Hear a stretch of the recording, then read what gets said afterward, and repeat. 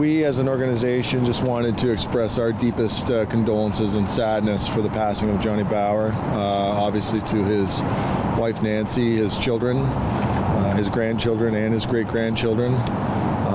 It's a sad day that goes beyond just the city of Toronto and beyond the hockey world. Johnny really led an incredible life and touched the lives of so many, and will be deeply missed. When did you first meet him? I first met Johnny personally when I started working for the Maple Leafs, but he was a legend in the sense that you didn't have to be living in Toronto or working here for the Maple Leafs to know about his spirit and to hear the stories of his generosity and his charity and his not to mention his accomplishments on the ice as a player. Can you explain what he meant to the organization? I mean, he was still out there making appearances on behalf of the Leafs just a couple weeks ago. Well, there's not a single player in Toronto Maple Leafs history that has done more appearances and done more charity events and charity work than Johnny Bower. So for a generation of Maple Leaf fans, they remember him for his play on the ice, and there's a whole new generation of kids and young fans that don't really know him for the goalie, but just know him for his charity and generosity and good-naturedness and warmth. You really could never, I've never in my time here, and I hear this from a lot of people, nobody ever really came upon Johnny Bower at any moment, at any time, at any hour, and saw that he was uncomfortable, frustrated, impatient. He was never any of those things. Anytime somebody saw Johnny Bower, they came away with a great experience. He's a great lesson for all of us. How did he connect with the players of today? Well, I think the first thing that the players of today look at and respect are his accomplishments on the ice and his Stanley Cups and his abilities, and that immediately puts him in a certain place. And then to see him off the ice and just see that,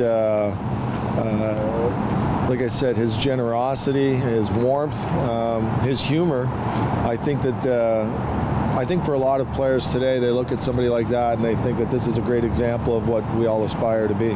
You know, for you as a young boy growing up in Toronto, when you heard the name Johnny Bower, what did it mean to you? Well, not too many people in sports, have a name where it almost becomes a verb.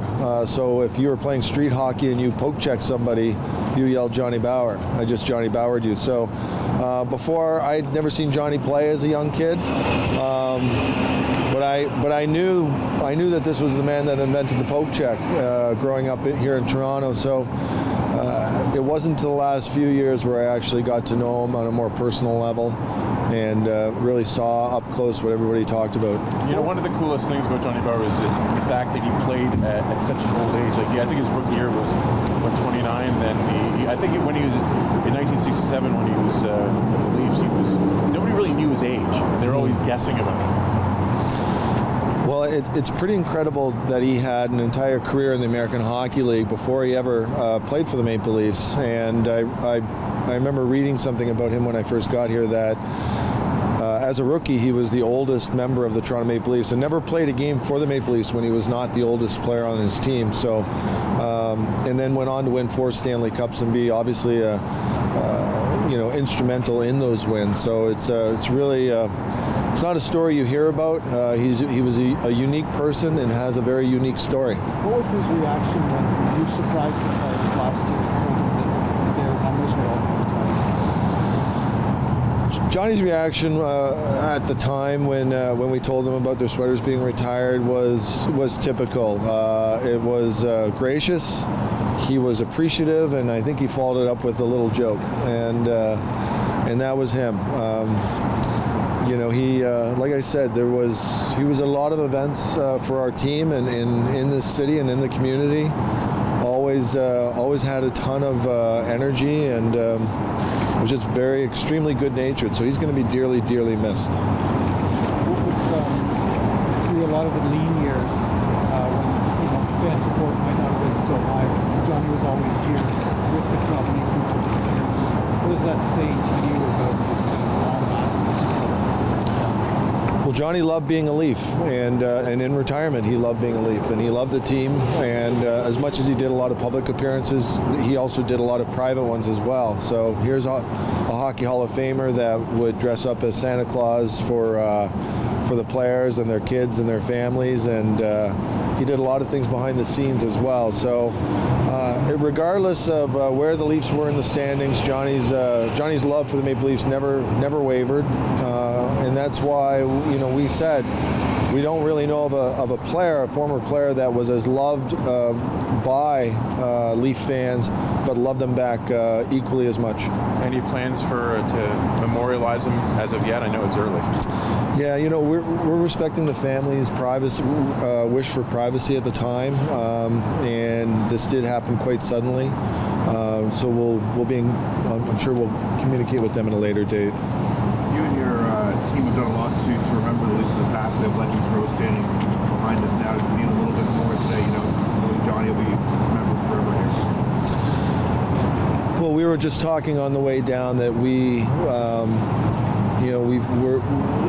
were at least happy that Johnny got to see some of the things that have been done in this 100-year celebration. And at the conclusion of the 100th year, looking back, Johnny was around for pretty much all of the celebrations. He was properly recognized, and Maple Leaf fans had an opportunity to give him and show him their love. So we were, if there's a silver lining, we were happy that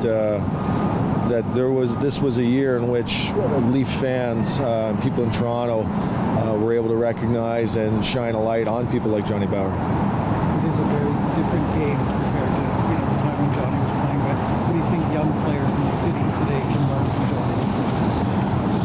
I think that the biggest thing that young players in this city, or really in any city, or really just we'll stick with sports. Any young athlete, whatever the sport he plays, can look at a player like John Bower and just say, regardless of his success, it never went to his head. He was always very conscientious about the community he lived in. So he was more than just a hockey player. He was an ambassador to every community he ever lived in. Could you have played till 47 like he did? No, especially in that position. So when you talk about pride, honor, and courage as the motto for this team, how much is it fair to say that Johnny was pretty much front of mind when you think of his starting like that? Well, I think that I refer to some of the players that have played here, and how they refer to him, and some of the men who are still here that are on Legends Row with him, and how they revere him. So Johnny absolutely represented the pride, honor, courage that Conn Smythe talked about when he first changed the sweater from a St. Pat to a Toronto Maple Leaf.